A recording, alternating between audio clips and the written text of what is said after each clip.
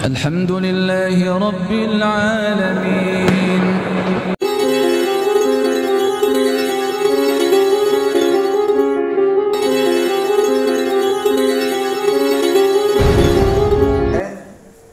Ini diantara 3 bayi, Pak. Diantara 3 bayi yang oleh Allah dikehendaki bisa bicara.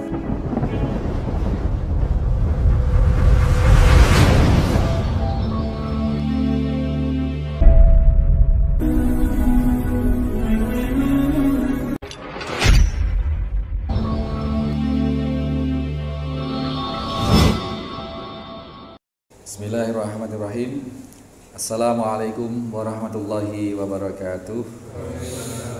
Masyaallah muslimin, jamaah salat subuh Mushola Al-Hikmah Talkandang Situbondo rahimani wa rahimakumullah. Dan dalam Al-Qur'an, di dalam hadis-hadis yang sahih, ini diantara 3 bayi, Pak. Diantara 3 bayi yang oleh Allah dikehendaki bisa bicara. Yang pertama yang sangat fenomenal adalah bayinya Nabi Isa alaihissalam. Ketika Ibunda Maryam itu dituduh berzina, dituduh sebagai orang yang fasik karena nggak punya suami kok punya anak gitu, nggak punya suami kok hamil.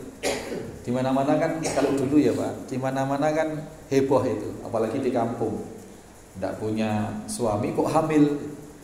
Tapi pergeseran nilai sekarang, apalagi sudah zaman ultra modern seperti ini, orang hamil di luar nikah itu biasa. Orang hamil di luar nikah itu sudah tidak lagi menjadi aib. Bahkan disiarkan di TV dengan bangganya dia akan jadi single parent. Bahkan ibunya ikut diwawancara. Ibunya ikut diwawancara dan ibunya siap membiayai kelahiran sampai memelihara anaknya yang akan lahir, cucunya yang akan lahir tanpa suami itu. Bukan lagi aib sekarang. Naudzubillah min dzalik. Mudah-mudahan kita sekeluarga besar kita terhindar dari hal yang demikian. Amin. Amin. Nah, Bunda Maryam dituduh rame-rame orang sekampung karena keluarga Imron itu keluarga Imron ya. Jadi bapaknya itu adalah Imron dari keturunan Nabi Daud. Dari silsilahnya itu dari Nabi Daud, dari Harunnya Nabi Musa ke atas Nabi Adam juga. Jadi hamil tanpa suami, kemudian dibully orang senegara, orang sekampung.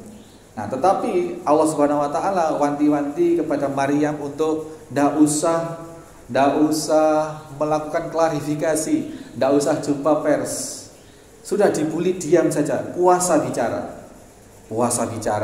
Maryam diperintahkan oleh Allah untuk tidak ngomong sepatah kata pun tentang kehamilan dan tentang kelahiran putranya. Lalu sampailah pada satu kondisi di mana orang ini sudah rame-rame, kemudian meminta pertanggungjawaban keluarga Imron. Bagaimana ini? Anda ini, keluarga Imron ini adalah keluarga yang dimuliakan, yang selama ini jadi panutan. Kok malah putrinya hamil di luar nikah?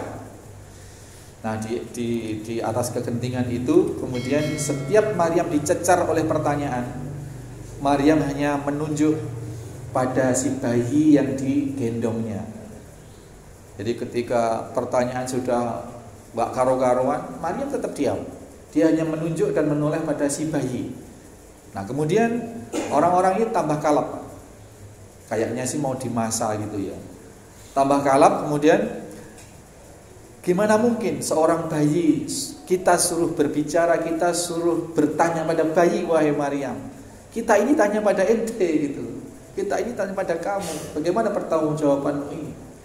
Kemudian Nabi Isa alaihissalam di dalam Al-Qur'an, di dalam surat Maryam surat ke-30 ayat ke-30 sampai 33 itu dinyatakan bayi itu berbicara, Pak.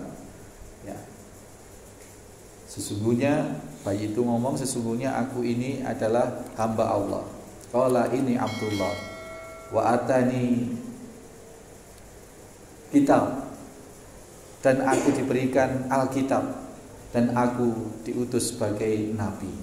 Nah, ketika bayi ini ngomong, orang-orang keheranan, orang-orang ketakutan, tidak lagi mempermasalahkan, pada akhirnya tidak mempermasalahkan kelahiran dari anak yang tanpa ayah itu. Ini kisah pertama, seorang bayi yang bisa ngomong. Yang kedua, yang disebutkan dalam hadis yang sahih, pemuda bernama Juraij. Juraij ini satu kisah yang fenomenal, tidak pernah ada dalam kisah-kisah selanjutnya, bahwa dia seorang rohib. Rohib itu ahli ibadah, Pak. Rohib itu ahli ibadah. Jadi orang yang ibadah tekun. Ini berbeda dengan alim. Kalau rohib ini pokoknya orang yang sangat bersemangat ibadah, sangat rajin beribadah. Dan rohib ini biasanya punya mihrab atau punya semacam musola atau punya semacam pesanggerahan. Kalau dalam kejawen itu punya padepokan gitu. Dan ini hidup di atas bukit, di atas perbukitan. Dan di atas perbukitan itu juga hidup seorang penggembala sapi. Nah, suatu hari ketika dalam hadis yang sahih, Nabi sendiri yang menyatakan, Nabi sendiri yang mengucapkan bahwa tidaklah ada bayi yang bisa bicara kecuali bayi Maryam, bayi Nabi Isa alaihissalam, dan bayi Juraij, bayi dalam kisah Juraij. Para sahabat bertanya, ya Rasulullah, siapa Juraij? Dia adalah seorang rohib, seorang pemuda rohib yang hidup di atas pebukitan. Dan di sana hidup juga seorang penggembala sapi. Suatu hari Juraij ini sedang sholat sunnah, Pak. Sholatnya versi kala itu ya. Sholatnya versi kala itu. Ketika sedang sholat sunnah, ibunya memanggil, wahai Juraij. Sekali dipanggil ibunya, Pak.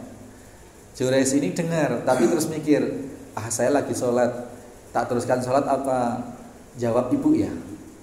Akhirnya dia milih sholat, milih tetap melanjutkan sholat dan diam. 2 kali ibunya manggil, Juraij, agak keras lagi. Juraij bimbang lagi, Pak. Sholat, apa jawab ibu? Akhirnya dia terus memilih sholat. Di ketiga kalinya ibunya manggil, Juraij tetap memutuskan untuk sholat. Kemudian keluar kata-kata, bocah kok, anak kok dipanggil tidak jawab. Ben, nanti kamu akan satu saat dipermalukan. Belum mati sampai kamu wajahmu dipertontonkan di muka para pelacur. Ini kalimatnya seperti itu. Maka suatu saat, suatu hari Rasul menceritakan itu, ada seorang pelacur dari lembah bawah itu naik ke pebukitan itu, bertemulah dengan penggembala sapi dan dia berzina. Dan satu saat kemudian pelacur ini hamil dan melahirkan. Kemudian dia mengadu pada penguasa di lembah itu. Ya, bahasanya raja di situ. Kemudian pelacur ini minta pengadilan, minta pertanggungjawaban dari bapak si bayi ini. Kemudian setelah ditanya, siapa bapak bayi ini? Itu si Juraij di atas bukit, pemuda yang ahli ibadah itu. Kemudian Juraij ini didatangi oleh massa, didatangi oleh prajurit kerajaan. Diobrak-abriklah tempat ibadahnya itu.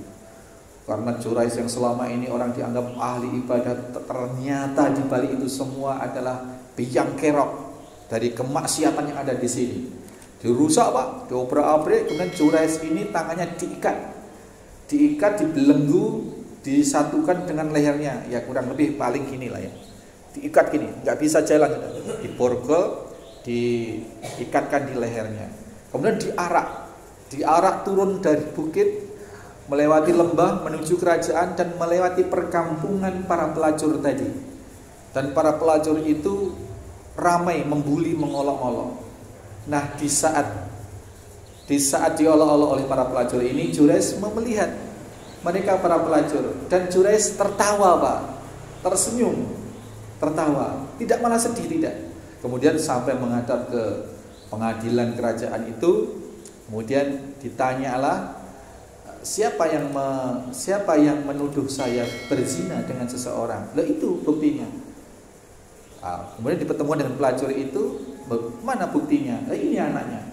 Nah, anak itu kemudian disaksikan oleh seluruh yang hadir dalam pengadilan itu, ditanya oleh Juraij, bayi, sopo bapakmu? Siapa bapak? Qadarullah, Pak. Bayi itu jawab, bicara tanpa diduga oleh seluruh yang hadir, bapak saya adalah penggembala sapi yang di bukit itu. Seketika yang hadir itu langsung iba kepada Jurais dan raja sendiri langsung bicara. Wahai Jurais, kalau begitu katakan, mihrabmu itu mau aku bangun lagi dengan emas, bagaimana? Oh, tidak usah. Tidak usah. Kalau dengan perak gimana? Tidak usah, wahai baginda. Terus gimana? Sudah kita hancurkan, kita keliru menghukum engkau. Bangun, kembalikan seperti semula saja.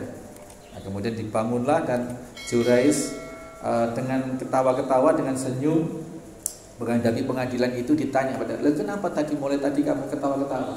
Wahai baginda raja, sesungguhnya saya geli. Saya telah mengetahui semua kejadian ini dari ibu saya yang dulu sakit hati kepada saya karena saya sholat tidak menjawab ibuku, kemudian ibuku sampai keluar kata-kata, engkau tidak akan menemui kematian kecuali engkau telah wajahmu dipertontonkan di hadapan para pelacur. Jadi kejadian ini semua sudah diketahui oleh Jurais akan terjadi seperti itu.